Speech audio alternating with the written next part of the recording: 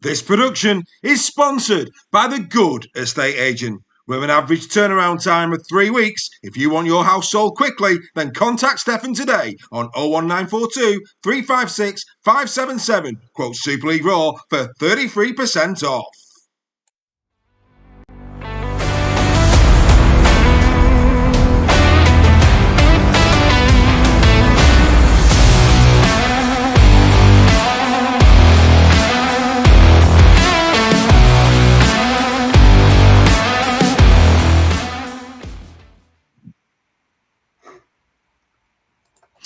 So, welcome to the Captain's Run. We can't be having that.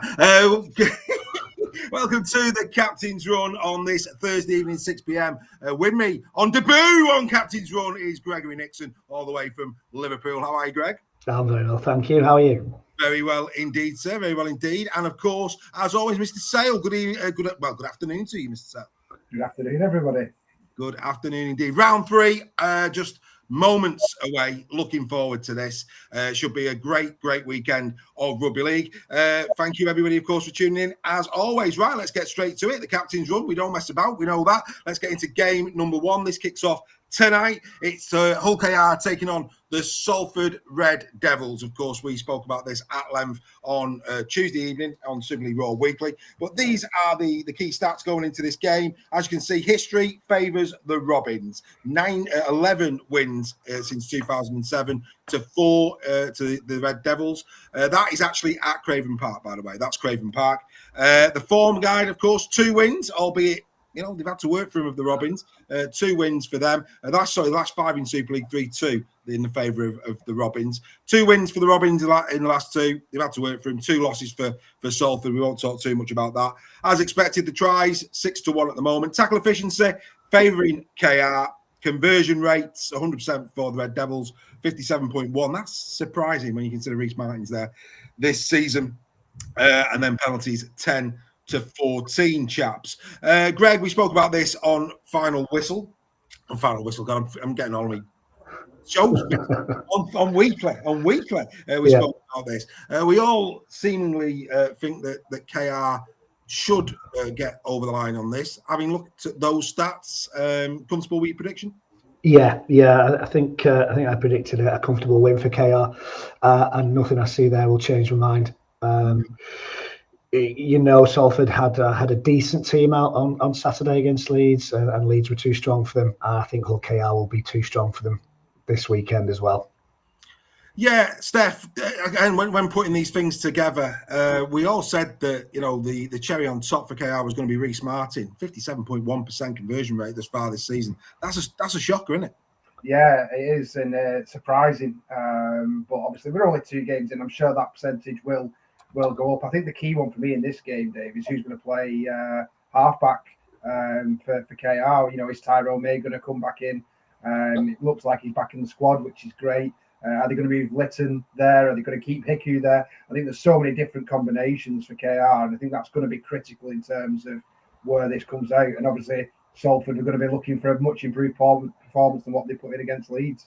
Well, let's hear from Willie Peters ahead of the game. I don't need to sympathise or worry about what they're doing. They're back playing again. They've got a full strength team. And they're a good team when they put it together. There's no doubt about that. So they're obviously not going to be happy with their first performance last week, but they're a good side. We know that individuals threats across the whole field. We know what Sneed can do as a half. So look, not going to go into what's happened with Salford or what hasn't happened with Salford. They're back playing again, and Paul Rowley and the team will be just focusing on playing. I think every club's up their game this year. Watching the first few rounds, is you can see a difference in every team, and obviously what Wakefield's brought from Championship to the team that they are now, they've even brought another level to their game as well. So there's no easy games, there never is, and probably none as easy as this week playing KR at their home. So it will be a good test for us, and I know we're preparing well. I don't really look at it as a surprise. I mean, I look at Leeds as a very good team. Watched Leeds a lot in the pre-season games. They probably weren't at their best against Wakefield, but Wakefield's a very good team. So I look at the competition and I don't really see surprises anymore because what makes the NRL so special is anyone can beat anyone on their day. If you're not performing, you're not at your best, potentially you can get beat, in the NRL. And that's what we're heading as a Super League. That's where we're heading. Our competition's heading that way as well. So, I mean, you look at Cass when they played us here, they kicked that goal, they beat us in round one. Wakefield, again, won round one, and they nearly beat us in round two, could have gone to Golden Point. Anyone can beat anyone, So Hull FC go and beat Catalans over there. So I think the competition's healthy. And I think there's going to be, if you're going to call it surprises, but I don't look at it like if a team where the sports betting have got them at a lower end beat a team that's odds-on favourites, it can happen, and that's what we want to happen because it means the competition's healthy.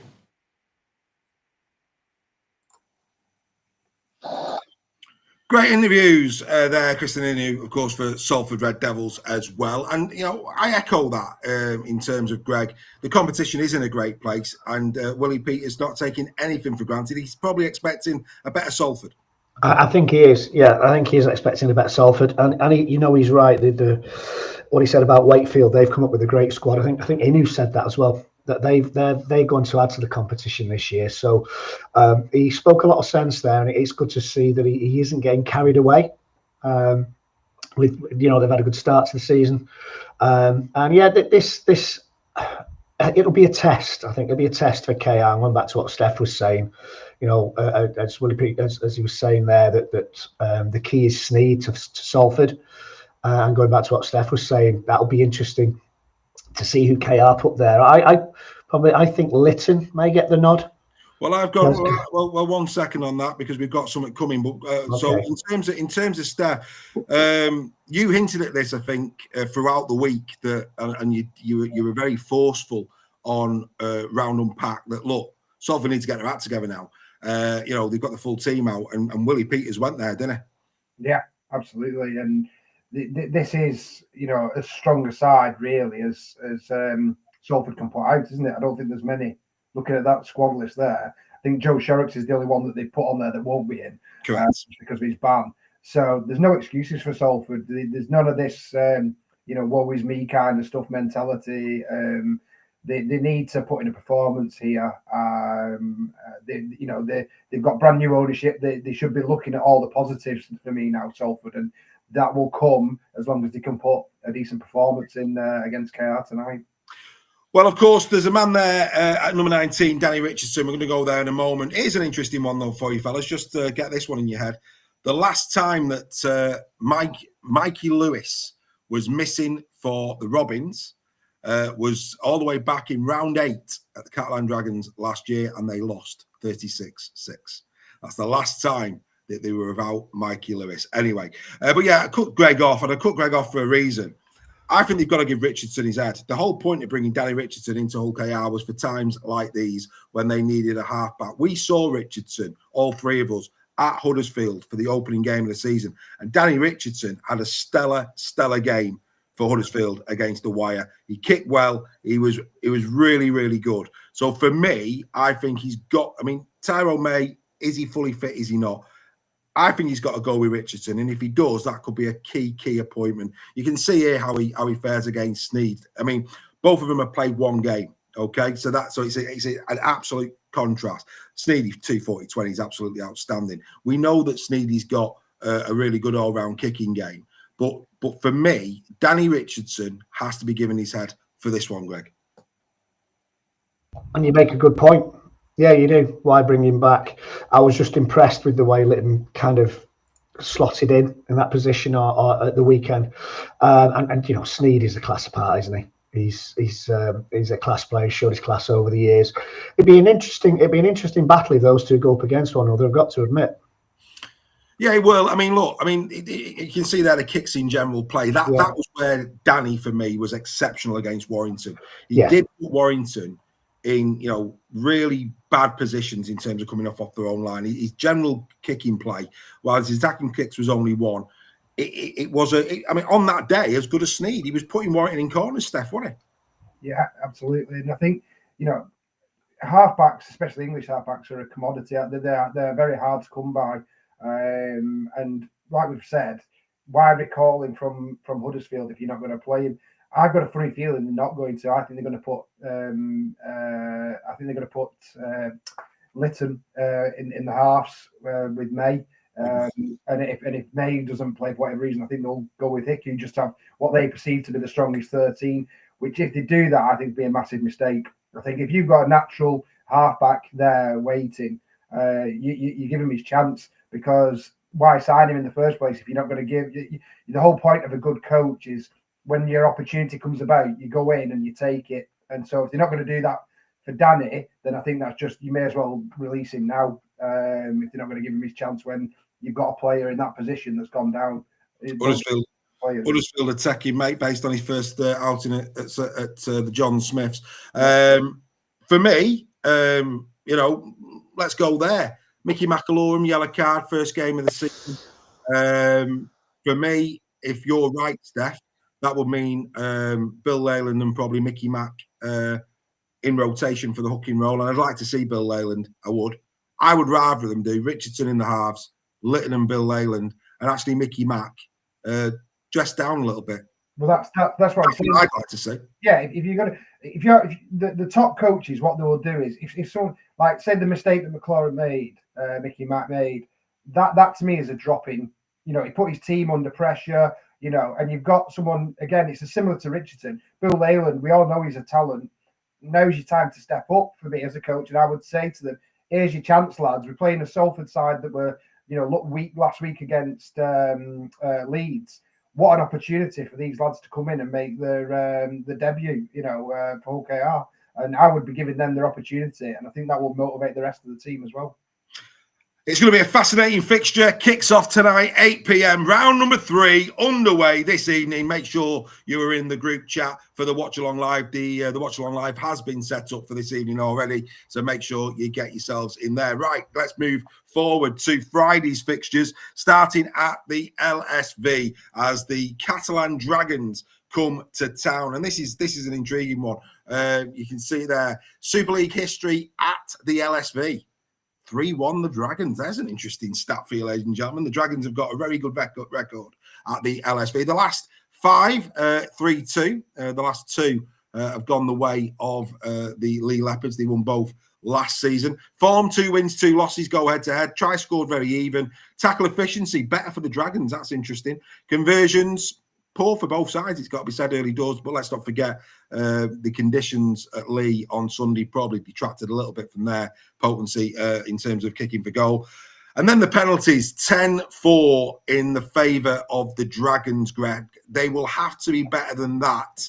They've got to keep the penalties down. They've got to keep they kept the ball alive last week like the Globetrotters did. Yeah. They need to be more measured, I think, in this one. I think that's what cost them in the end, actually, the fact that they didn't control it, they didn't calm it down enough when they needed to. It's great to watch. If you're a neutral, fantastic to watch. But yeah, I think that they need to, they've got a great record at Lee, they've got a great record at Warrington over the last few years. But I think a controlled approach is what they need to this game. Once they've got the control in place, then you can start, moving the ball around. But they need to establish a base, I think, before they start the fancy stuff this week. Steph, they've got the quality, Catalan. They've got a good record against Lee at the LSV. It's going to be a test, this, isn't it? It is. But just going back to what we were saying there about the offloading game, I think you've got to earn the right to play like that by doing the basics right first and foremost. And then when defences are tiring, that's when you start your offloading game. And if you do that, it can be really effective. But one of the stats that's not on there is errors, and I suspect their error count for Catalan is quite high at the moment. So that and the penalties combined is why potentially an offloading game isn't what you should be doing. You should be focusing on the basics, especially when you've had 2 losses. But it'll be interesting to see whether they go in with similar tactics this week against Lee. Well, against Warrington, they had 12 errors, 27 offloads, 12 errors. So you're spot on. When you're throwing the ball around, those 27 offloads came off, 12 didn't. Obviously, other knock-ons, etc., etc. But yeah, I think they've got to be more measured. Let's listen to what Adrian Lamb's had to say. We've had a lot of changes in our squad, but so have Catalan, and they've brought in a lot of experience where we've sort of like gone a little bit the other way, which is fine. I mean, that's their philosophy, and good luck to them. They've got a lot of great players there, and I think what I've seen of them, they're not too far away from turning over a team and putting a game a run of wins on the board. So it's not so much that. I think they need time together collectively as a group, and we need to get them whilst they're not quite there. And we do have that opportunity this weekend, but we respect them I respect the coach. I think he does a great job for them. I respect them as players and a team, and we've got to make sure that our focus is steeled and that we've got a simple game plan we want to execute, and we go out and do that.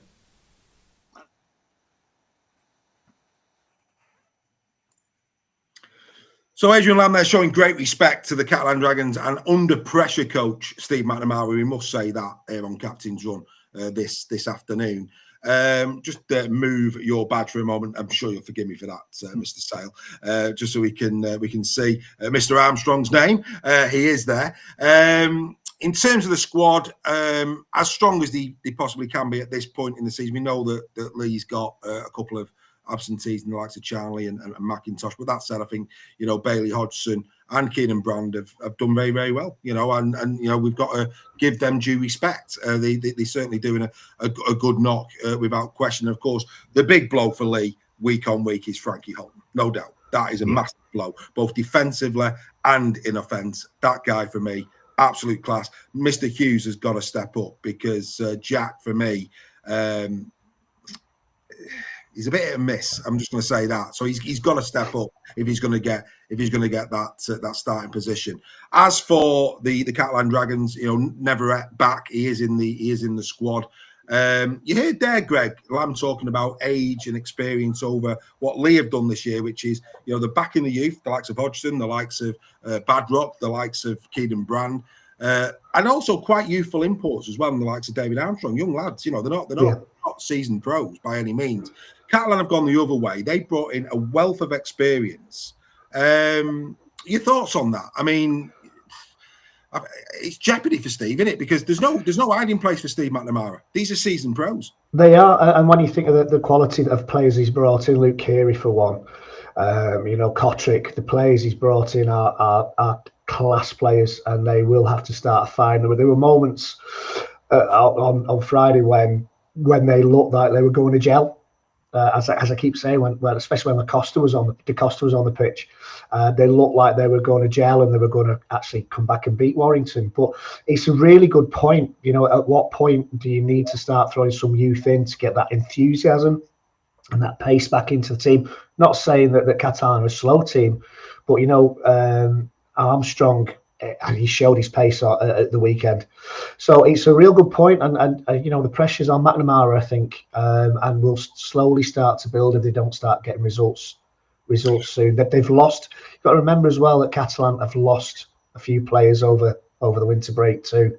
They might need time to readjust, but the results are going to have to start coming soon for the Dragons.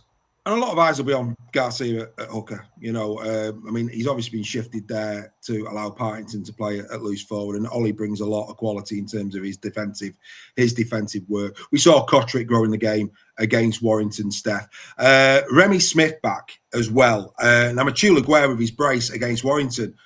He'd be unlucky to miss out here, but I have been questioning Romano for the last 2 weeks. Does Remy Smith come straight back in, or do you think he'll be held back for this one? Yeah, it's an interesting one. I think potentially they might be tempted to give Smith. It depends how fit he is, doesn't it? Because obviously he's not had any. I don't know if he played in any of the preseason either. So it would be quite a. But you've got to play him sometime, haven't you? So a bit like we were saying before about you've got to pick players based on their form, and if they're not performing, then that's when the next man up gets his chance. And it's a bit like going back to the League squad. Yes, Frankie Holton is out for this one. But I think Adrian Lamb hinted at Lewis Brogan or Andrew Bradrock potentially getting an opportunity in this game to replace Frankie Holton. So for these young lads and like Remy Smith there as well, you've got to take your opportunity when it comes about, haven't you? And you've got to perform. That's how players like Junior and Temba came in. At Wigan, off the back of Thingy's injury. Isa, Willie Isa. Isa's injury. Yep. So it's exciting. This is what squad's all about, isn't it? You've got to get your best team on the field and take your opportunities when they come about. Speaking of Willie Isa, he's done well for himself, hasn't he? Hey, he's done very well for himself, Chelsea. Yeah. Good lad, Willie. Well done, son. Right, as always here on Captain's Run, we try and pick out things for you to keep an eye on. You know, we did that a few moments ago with Richardson and Sneed. I think the middle units in this game are pivotal, absolutely pivotal. So let's take a look at down the middle. Leopards and the Dragons. Look at this. These are the opening 2 rounds. Tackles, 377, 357. The front row as well, big numbers. So, you know, this is loose forwards, second row and props. Okay, 377, 357, nothing in it. Look at the tackle bus though. Lee, 32 to 21. Offloads, 21 to 9. This is what I mean. It's madness, actually. That can't be right, actually, thinking about it. I do apologise. That is definitely wrong because they did 27 against the wire. So the actual number of offloads, don't know where that's come from. The actual number of offloads is 42. So 42 plays 9. So that's interesting. Carries 162, 147. And then the meters, 1125, 780. So that's interesting. You know, more meters out of Lee. We saw Huddersfield put in a really good knock against the lead pack.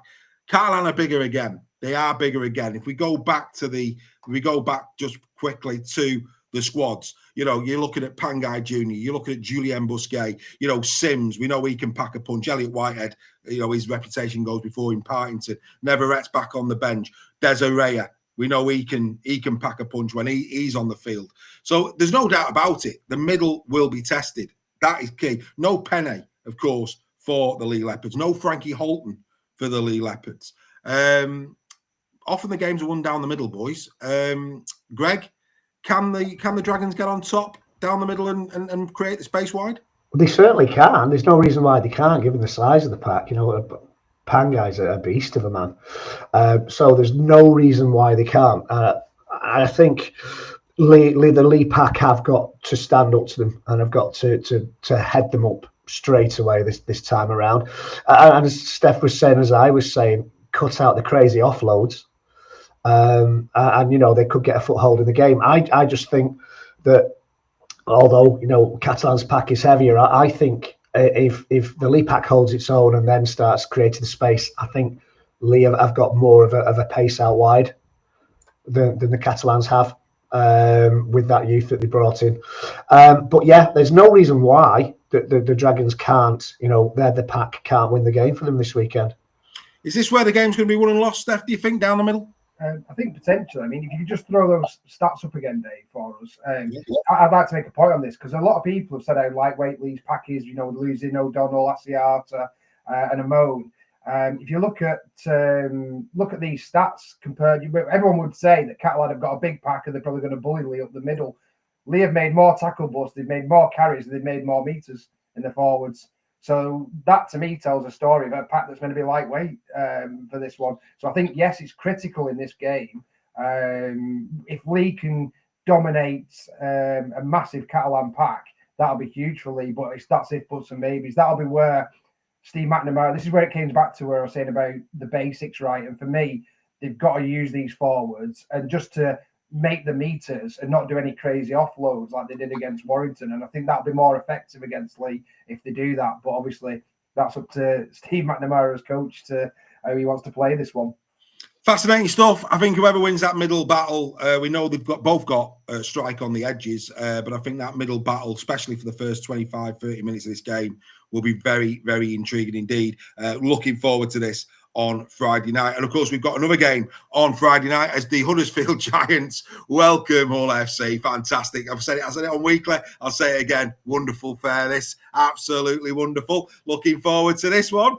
As you can see, their history at the John Smiths in Super League 17 to 13. The last 5, look at that, 4-1. That is absolutely unbelievable, without doubt whatsoever. And actually, if you look at it, I'm trying to remember. I think I'm right in saying that Huddersfield have double the amount of points than Hull FC in them games in terms of an aggregate. Actually, I'll tell you what it was: 151 to 72. So 151 points to 72 in those 4 wins. I mean, that's quite a bit of form that Huddersfield have got currently over the Hull FC. So yeah, unbelievable. 2 losses, but 2 respectable losses, I would say, for Huddersfield. A win and a loss for FC. Try scored 5-3 in FC's favour. Tackle efficiency, not an awful lot in it, but Huddersfield got the march there. 100% kicking efficiency from Huddersfield to 66.6 for FC. Penalty count 14-10, both not really performing too well in terms of penalty count. I mean, Greg, when I tell you that the aggregate score in the last 4 meetings is 151-72 Huddersfield Giants, Yeah. I think the Giants have got to go into this confident, haven't they? I think they will do as well. I think the Giants will be confident of a first home win, as I am. I think they'll win this one. It was a great result for Hull away at Catalan. Wigan came back from that defeat to Lee and showed what a classy side there last week at Hull. And remember, Hull beat Wigan last year up in the northeast. So Huddersfield, if they're not confident for this game, I don't think they ever will be confident for a game. No, not at all. Steph, I'll bring you in with the squads in a minute, but before we do, let's hear from John Cartwright. Look, it's a strong competition. You know, the teams are all very fit. The games are played really intense, so there's not a lot of changes there. And I'm quite enjoying watching the other games that I've watched at the start of the season. I think they've been very fiery, and I'm sure the big crowds are turning up to watch, and it's a good thing for the game. We sort of based our pre-season on being very disciplined with the ball and with the referee, and penalty-wise we haven't been too bad, but just making way too many errors. It's a funny thing. The errors are funny. Like, you don't go out and intend to make errors because it's tough to play on the back of making a lot of mistakes. You got to tackle all day, so. No one means to do it, but it's something that we've just got to fix if we want to be competitive with the rest of the sides in the competition. And it was a big step backwards against Wigan, to be honest with you. And that's what I like to see, that they were genuinely disappointed. I think we expected a lot more of ourselves. I think we learnt how good Wigan are if you give them the amount of football that we gave them. But this week, we've had to deal with it. That's the game. There's not going to be many clubs that aren't on the end of a scoreboard like that at some point this season. We just got to, make sure we take a bit of pride there in that scoreboard against us. There were stages of the game where a couple of tries I was really disappointed in, but we've dealt with it. It's all Huddersfield, getting ready for Huddersfield. It's a game, that we think we can go there and win. And if we do, we're sitting pretty well.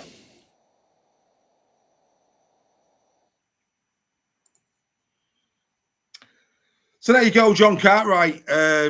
Again, as you'd expect, he sees this as an opportunity for them to win. You'd expect that, Steph. No Harry Rushton. We thought Rushton was going to be in the squad. He's not. He's out. George Flanagan, though, who impressed us all at Lee last week, he is in there and he's expected to keep his head. And, of course, John Asiata has been listed for selection for this game when we thought he wasn't going to be selected for this game. Both, Cartwright now and Willie Peters saying how good and strong the competition is. For these two teams, try and put into words how big a game this actually is. Yeah, I think it's huge for both of them. I mean, if you look at the two contrasting starts of the seasons as well, obviously Huddersfield with 0 points, but 2 really solid performances for me, having witnessed both of Huddersfield's games live. I think they've been pretty solid, and it's just that, you can see when they start to get their players back, they're going to be a side that could be very dangerous in the league this year. And then obviously you go flip that over to Hull, who had a fantastic performance at Catalan, but then capitulated at home against the world champions. Not massively disrespectful that to them. The losing to Wigan, anybody can get hided off Wigan. But I think just for credibility, this is like your benchmark, I think, for whether you've got a chance of getting to the near to the playoffs. And I think the winner of this one will probably kick on in the season. The loser potentially could be struggling to be in that bottom 4 kind of positions in the league. So yeah, it's massive. Whether Asiata will play, I'll be surprised if they risk him coming off with a bicep injury because he's so key to them this season. I think they might give him a rest, but we'll see. Greg, in the Huddersfield 21-man squad is Milne. Joel pretty confident on Weekly that he wouldn't play this game, but he is in the 21-man squad. Yeah. I would be surprised to see him, but if he was to play, again, just another reason to watch. It'd be interesting to see how Milne went. It would be, yeah. He's a he comes with a reputation. I don't think he'll play, but I'd like to see him develop through the season.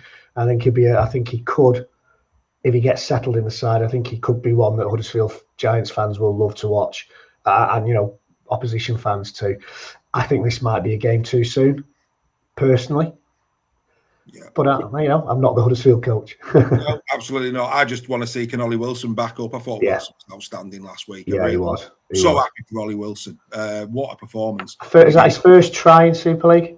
Yeah, I think it was his announcement to Super League that he's the potential to be the real deal. It was a great knock against the Lee Leopards. Now, here we go again. What we picked out for this game. Again, this is the whole point of Captain's Run. Yes, we go through, we give you some coaches' input. We will always include press conferences that we can get hold of prior to the show. Any that we don't get, we will post on our social media channels for you so you can catch up on those. But I said in Weekly, and I also think I said I went very strong in Round Unpacked, that Huddersfield have to unleash Adam Swift. Now, of course, Swift was a Hull FC player, and replacing him was Lewis Martin. And Lewis Martin's done well. So I thought for this one, let's show why it's so critical that they bring Swift into the game. In the last 2 seasons, he's appeared for the Giants 16 times and scored 19 tries. That is phenomenal. That is try scorer of the year standard. That is how good Adam Swift is. They need to find him space. They need to unlock him. Absolutely incredible. Average meters per game, 194. You look at young Martin, 28 appearances, 13 for his tender years. That's not a bad return. Lewis Martin's one of those players, lads, that we just don't talk about a lot. But actually, he's a good finisher, the boy. We've got to remember as well, he's playing for Hull FC, who was torrid last year. So, if he's not getting the ball, he can't score. I mean, don't get me wrong, his error rate at 39, he's got to tidy that up. We'd all agree with that. But 54 tackle busts from the kid. That's good going by any standards. So for me, this is a really intriguing one. The old, Adam Swift, who used to play for FC, the man who currently is replacing him at FC. Greg, that's why Swift is so important. Oh yeah, he is. I mean, last season he was running away with leading try scorer until he got injured. Yes, he is a strike player from anywhere on the pitch. And he's a player that other teams fear as well, and other coaches will fear and put plans in place for him. We watched him against Warrington, and I think he had a couple of runs, and that was it. I was fearful. Opposition fans fear when he gets the ball in his hands for what he's going to do. But you're right. He's got to be used more. He's a very, very useful weapon in that Huddersfield Giants side. Lewis Martin. Cut out the errors, and you've got potentially a really, really good player there. Steph, you're seeing that for the first time. Again, we'll just stick on Martin. From a try scoring perspective, from a strike perspective, bust meters, the lad's doing well, isn't he? Yeah, and I think if you put him in a top 6 side, you could probably add another half to those stats again at least. He's a very, very good player. Like you said, the main thing he needs to cut out is his errors. But, there's a lot of pressure on him as well in that, with those young lads that were in that team last year, which most of them stats are coming from.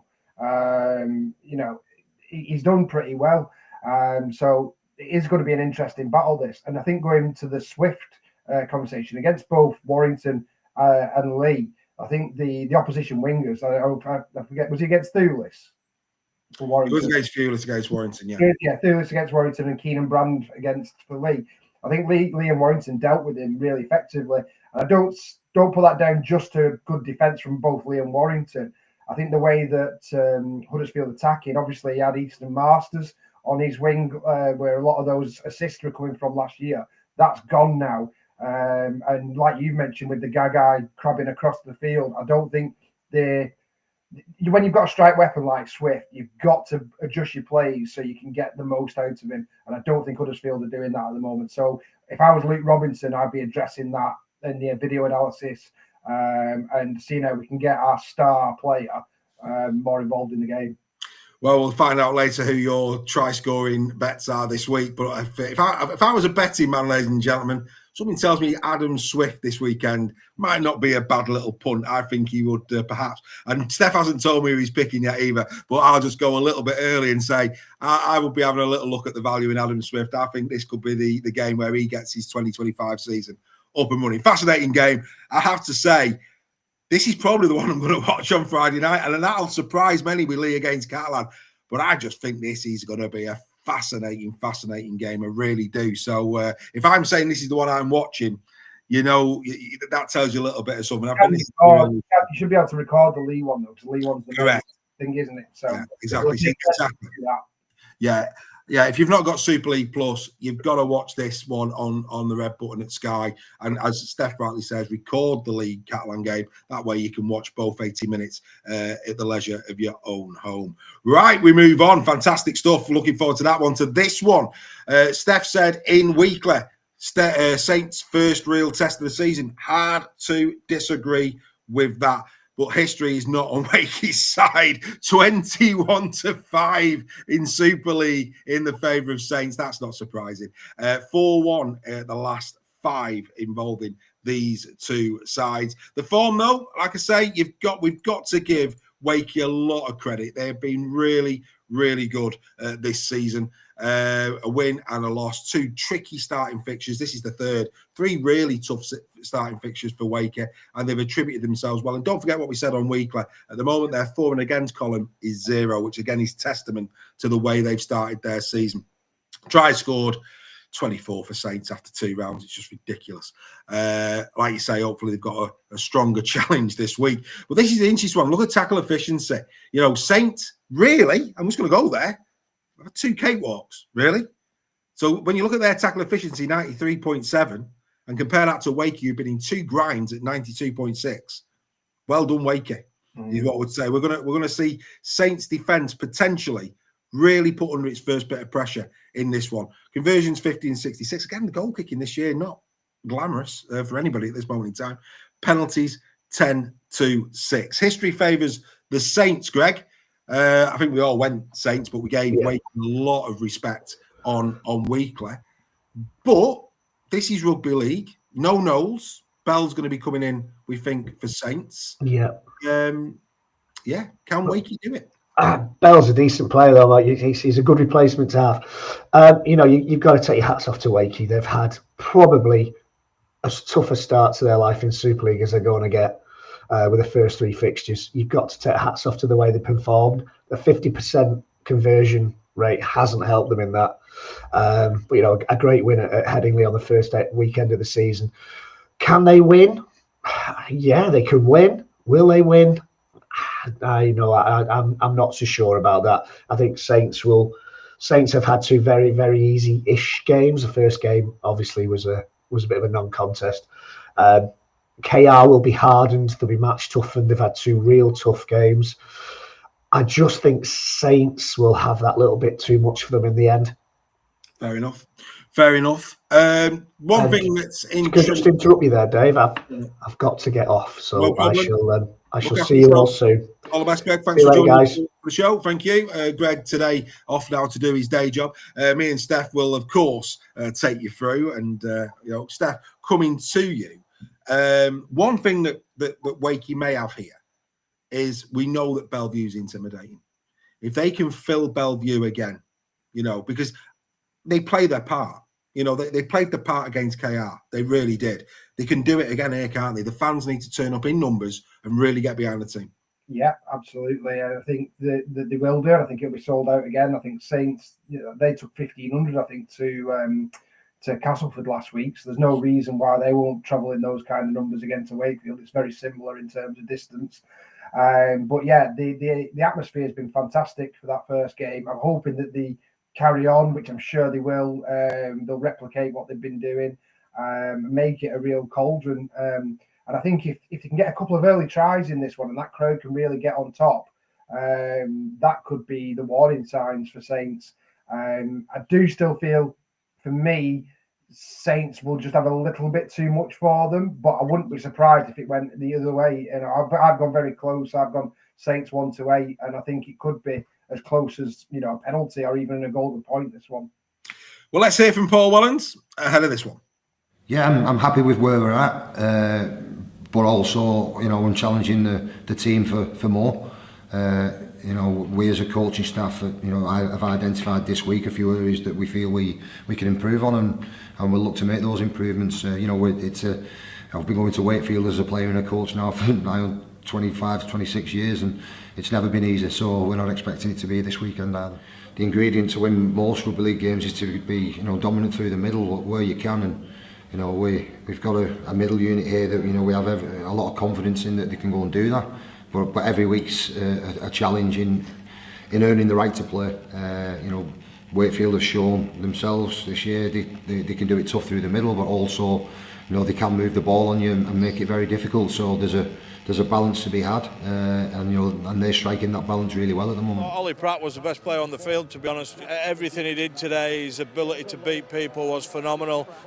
As Lino miss out pass, great pass. Now there's an opportunity here for Pratt. Pratt inside and outside, still going. Can he find some balls? Are within striking distance. They'll move it across to Pitts. Gets it away to Lino. Gets it away to the far side here now.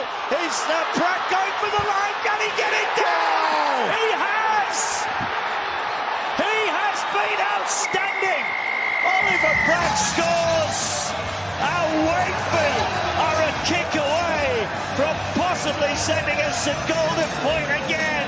Wakefield off the canvas and back within 2. Oh, this sport. Some wonderful moments there from Oliver Pratt. No surprise, a key head-to-head in this one has to be. I'm really looking forward to this contest. Pratt against Percival should be a belter, absolute belter. Yes, we know down the middle's going to be interesting. There's loads of good battles. I mean, Jowett at full-back, Wells being both of those in great form, but these two are right across the field from each other, Steph. It could be absolutely box office, this one. Both off the mark in terms of try scoring this season. Busts in the favour of Pratt, breaks in the favour of Mark Percival. But here's the thing, tackle efficiency. Percival 72.2. We know Pratt's coming. We know Pratt is going to give it big time. And let's not forget, probably going to be Benison still out there on the wing as well. And John Benison at times defence can be a little bit suspect. So I think this is a real. If Wakey are going to spring an upset, maybe that left edge of the Saints defence, the right attacking edge for Wakey could hold the key. What's your thoughts on what you're seeing there on the screen, mate? Yeah, people will not believe what I'm going to say here, but we don't know, or me and Reggie don't know what's going to come from here. And I was just about to say, in terms of Pratt, he reminds me of Mark Percival when he burst onto the scene. He does, doesn't he? His footwork and everything is so similar.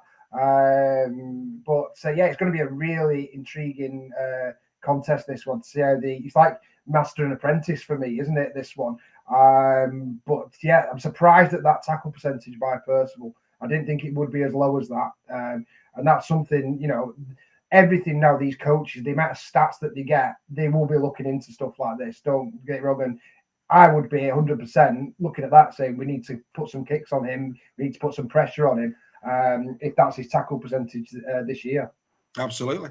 Yeah, and again, this is where we get into that level of detail, because you wouldn't think that from Percival, but that is his form at this moment in time. We know he's good with the boot. We know that he's very strong runner. I mean, his meters there show that 231, 278 for Pratt, incredible. So we know that both of them have got meters in them. But yeah, if you're looking for that finite bit of detail, there it is, folks. That's why we've got Captain's Run for you. If you're like us, if you're nuts for rugby league, this is the show for you, isn't it? That, for me, is an intriguing little battle, and I'm going to be watching that. It's a shame you haven't got player cam, because this is one of those battles on the field that I'm going to be really interested in on the night. And we'll probably be talking about that in Round Unpacked on Monday. It might even come up by the members on Sunday in terms of the final whistle. But yeah, outstanding game. We're looking forward to that one. Then, of course, the big one. We're all ready for this one on Saturday night.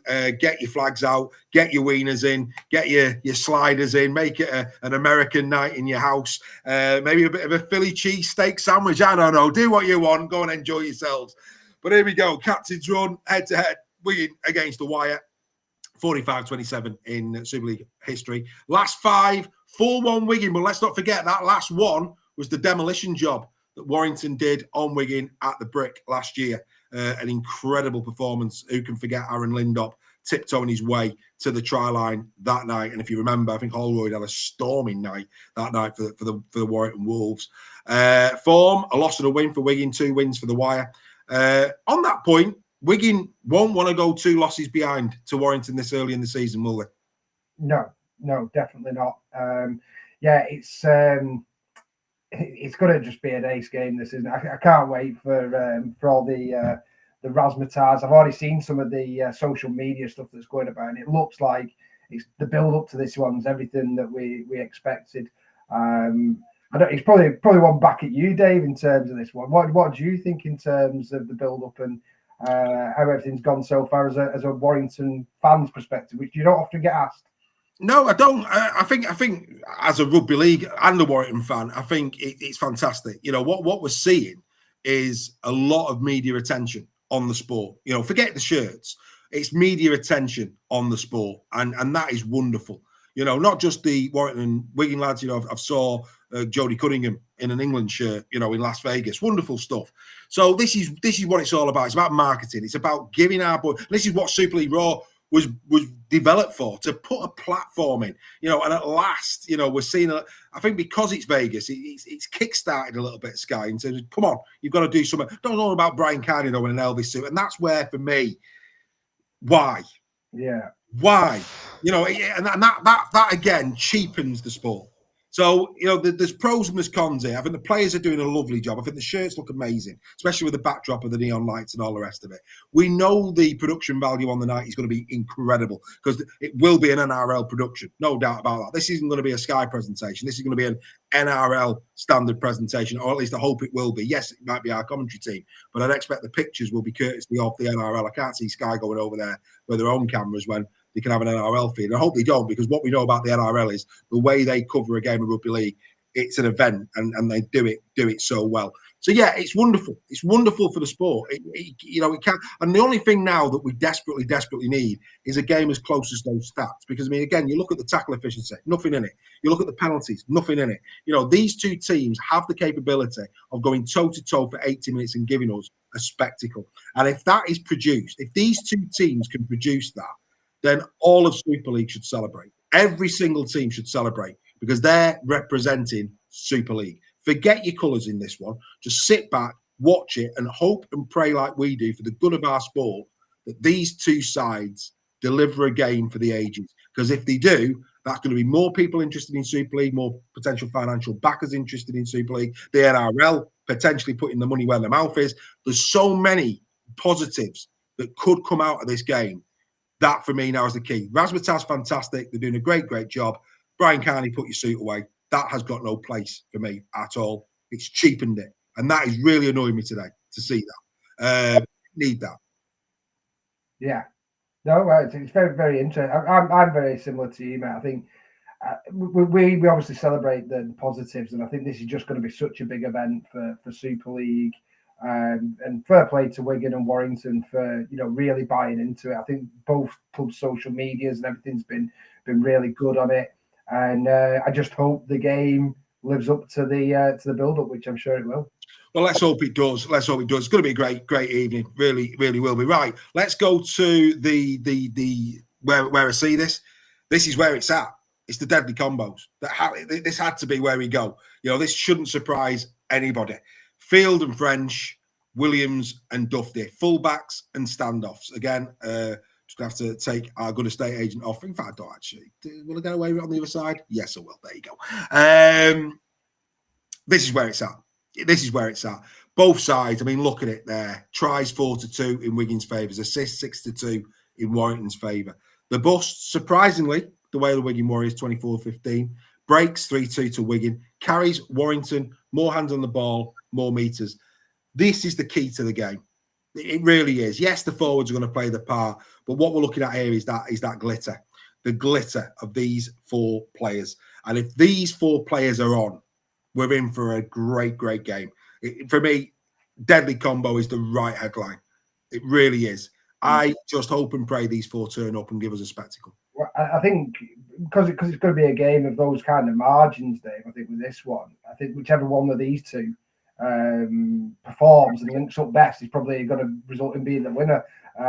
It'd be great if both of them go because then we are in for a spectacle. But I mean, if you look just purely on those stats there, you'd say Burnett, Williams, and Dufty there, you're looking like the informed partnership. But I think when you look at Wiggins, you've got to take into account that 1-0 Lee victory of round 1. Obviously, that's had a bit of an impact, and then a lot of those stats have come against Hull FC for those 2 players in particular. Obviously, Field getting 3 tries in that game, and Ben French with a couple of tries and assists as well in that one as well. So I think you're absolutely right to highlight these 2 combos, and like I say, I think it will come down to which one of the ones on the night are going to be the game breakers. I mean, when you consider what we're looking at here is arguably, 2 of the top 3 in their positions in the league. You know, I think, you throw Mikey Lewis, Sailor possibly down the track, but at the moment we would say French, Williams, and Lewis. They're your standoffs, and you go Dufty, Field, and Wellesby. That's where you go. So you've got 2 of the top 3 in both positions here, and then surrounding that, you've got quality. Absolute quality. I mean, Warrington, they have come out and said it's probably going to be the side that played Catalan. That is what they put out there. There may be a change, maybe, but they're expecting it's probably going to be a similar team that went out to the Catalan Dragons. As for Wigan, Wigan pretty much a full strength, and they're very, very dangerous indeed. I think the only thing for Wigan is, of course, they've had two yellers. Yeah. So that's interesting. That could throw a little bit onto it. Who knows? But it's going to be a great game. It's going to be a great game. Looking forward to it. Let's hope, guys, that Rugby League is the winner. Something tells me the group chat could be lively on Saturday at 9:30. Let's all get together. Let's enjoy what will be a really big occasion for the game of British Rugby League. Outstanding stuff. Right, let's go to the game that has to follow it on Sunday. Again, Sunday fare. Wonderful. Wonderful. The only thing that makes your Sunday dinner taste nicer is having it watching Rugby League. Beautiful stuff. Leeds Rhinos taking on the Castleford Tigers. Up, down this. I mean, look, there you can see Super League history goes in the favour of the Leeds Rhinos at Headingley. The last 5-3-2, which, quite surprising. Form, a loss and a win, plays 2 losses. Tries scored 8-4. Tackle efficiency, that's a problem. Penalties, that's a problem. This is where Castleford, for me, they need to be better. They can't afford to be making those amount of penalties in any game this season, because regardless of who they're playing, it's just not going to get them where they need to be, Steph, is it? No, definitely not. And it's going to be an interesting game. There's pretty much all the games this week are interesting, aren't they? They've all got little bits of stories to them, whatever. Can Cass, replicate the form that they had against Hull KR in that round 1 game? Danny Maguire going back to Headingley for this one for the first time, I think, as head coach of Castleford against Leeds. And then obviously Leeds had that really good performance against Salford, but round 1 losing to Wakefield. So this could go either way for me, this one. I do probably expect Leeds to take a bit of confidence from that win against Salford last week. But again, what I won't be surprised if it went either way. Well, we know that the Rhinos are coming into this with a few injury concerns. No Cameron Smith, that's a blow, the captain out. Obviously, Brodie Croft will be sat down for this one for HIA protocols. Questions over Frawley's fitness with his hand. He should be okay to play, but your hand let's be fair, it's Rugby League. You need your hands. I mean, so he's going to be in a bit of discomfort. I'm sure a bit of painkiller will put that right for him. There is a bit of narrative around that in terms of the Leeds Rhinos. But I'm going to do something now that I'm uncomfortable doing. I'm very uncomfortable doing. But for me, it's the best chance Castleford have got of winning this game. Now, I'm not saying to do anything illegal here, okay? And I'm not.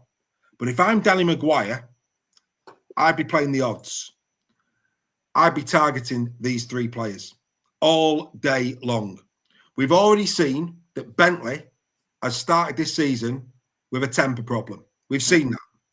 We have seen that. Yeah. We know Newman's got it in him. And we know Connor's got it in him. If I'm Danny Maguire, I'm saying to my players, get in their faces legally. Not illegally, legally. Yeah. Rough them up a bit. Get into him. Get into these 3. Because what we know about these 3 is if Castleford get an early score and then you start bullying these 3, there is the possibility that they're going to give away penalties through indiscipline, that they're going to make errors, and perhaps a yellow or a red. Now, here's a question for you, Mr. Sale. How many yellows and red cards do you think these 3 have mustered in the last 2 seasons? In Super League. I would say 3 reds and 6 yellows. And this is a big surprise. The due one, none at all. Really? That is a surprise. Based on what I've looked at in Super League, they have not gone for 10. Of course, Bentley was out injured a lot last year. Let's not forget that. Let's not forget that. But none of them. Okay, they've given penalties away. The 18, and this is the interesting thing about this as well, right? This is why they've started badly because we know they've got it in the game. Just to put this into context, okay? This moment in time, you can see there the error rates. Now they've both got worse. They've both got worse. So in terms of the glide path, they're currently on a glide path. These 3 players to have 67 errors this season. This is just averages. And 40 penalties versus 18. Wow. That's the starting 2 games. So again, this is captain's run, folks. We get into detail. If I'm Danny Maguire, this could be the key to unlocking a shock. And I'm, people might say, "Oh, Dave, you're promoting grubby behaviour." No, I'm not. I'm saying get into their faces. If you get into their faces, these guys have got the temperament to let their teammates down. And if they do, that opens a door for the Tigers. Yeah, definitely. And I think you're rightly saying I would be 100% targeting these players legally. But, we can all like a bit of niggle. Mikey Lewis is the master of that at the moment as well, isn't he? To play the ball, whatever. So I think you're absolutely right. And when you do that, when you get into these guys' heads, because we all know how Newman and Thingy especially. Say again. Bentley? Connor. Not Jake Connor. Newman and Connor, we know how good they can be on the day. The potential to be, top players in Super League. But if you can get into their heads and knock them off the game a little bit, they can go to pieces as well. So, these 3 need to all play well for me for Leeds to get the win, especially with Brodie Croft not playing in this one. So I think it's absolutely right to highlight those as potential game winners for Leeds, but also game losers. I don't know about you. There's no other show in Super League that gets into the analysis that we have today in Captain's Run. We've gone forwards, we've gone centres going head-to-head. We've now got playing the odds. We have been all around it. We've got, of course, the deadly combos. We have picked out some really key battles with the stats to back it up. That's where your attention needs to be. Will we be right? Will some of these things play out over the course of the weekend? I don't know, but it's going to be very, very fascinating to see. Of course, we cannot finish a Captain's Run without doing this. Are you sick and tired of winning your bets every week? Want to contribute to the bookies' Christmas party? The bets to ignore when predicting the score. Ladies and gentlemen, it's time for Bet Steph.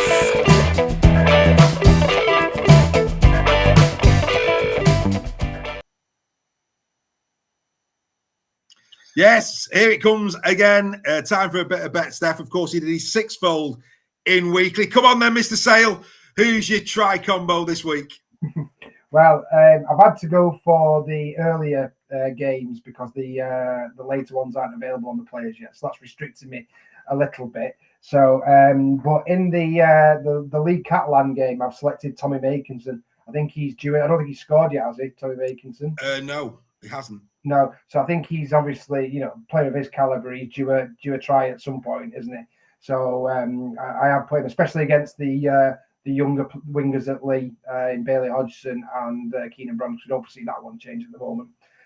And then I've gone for Hull KR game. I've gone for Niall Evalds. Again, another one I think who, has got a try in him. And I think with Salford's defence from last week, I think Evalds could link up and potentially sneak a try in there. So I've gone for him. And also just slightly higher odds for him as well, just to get that up a bit. And as you predicted before, mate, I've gone Adam Swift in the thing. Again, I think Swift's gone up against two really good defences at the moment, and I do expect them to have been watching this our analysis, especially Luke Robinson picking up on your Gagai info and freeing up Swift a little bit this week. He'd be daft not to listen to you, Dave. So, yeah, I have expected Luke to pick up on that and maybe get Swifty over for his first of the season as well, I think, isn't it?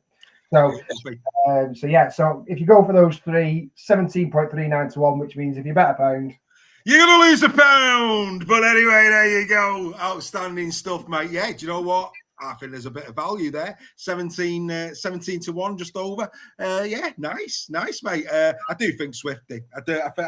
I'd be amazed if we get to the other side of this weekend with Adam. So I think I'm almost going to put the mockers on it and say that's a banker. What was his individual odds, out of curiosity? Hang on a second. I'll get it for you. I think Steph's. Go on. Yeah, go on. You carry on. Yeah, while Steph's looking that one up, look, tell your friends about this. You Super League Royal members out there who are watching Captain's Run, this is your third instalment. I hope you've enjoyed it. We've enjoyed bringing it to you. Who else is doing this? Tell all your friends about us. Make sure there is a referral scheme coming as well. That's on its way. Come on, get yourselves out there. Put it out on social media. Captain's Run. Game breaker in Rugby League for 2025. Go on then, mate. What was his odds? Over 2 to 1, 2.2 to 1. Not bad value. I'll tell you what, guys. A brace would be at least double that, I would have thought. I'll tell you now. Bit of value, I think, in Adam Swift this weekend. I really do. I'm putting him on the spot here. What's a brace, Steph? A brace is player. Hang on. Multi-try scores. Swift 2 or more is 6 to 1. 3 or more is 23 to 1. That 6 to 1's good value. That's 6 to 1's good value. I think we said earlier his punching power, his tries to game ratio is quite frightening, and he's coming up against a team that historically, I think last year he had a bath. Actually, I'm right in thinking he scored. I think he scored at least 3, maybe 4 tries against FC in the 2024 season. So it's a good game. It's a good omen, that. It's a good omen for a brace. Go on, Adam Swift, boy. And, of course, Adam's agreed to be an In Conversations guest in 2025.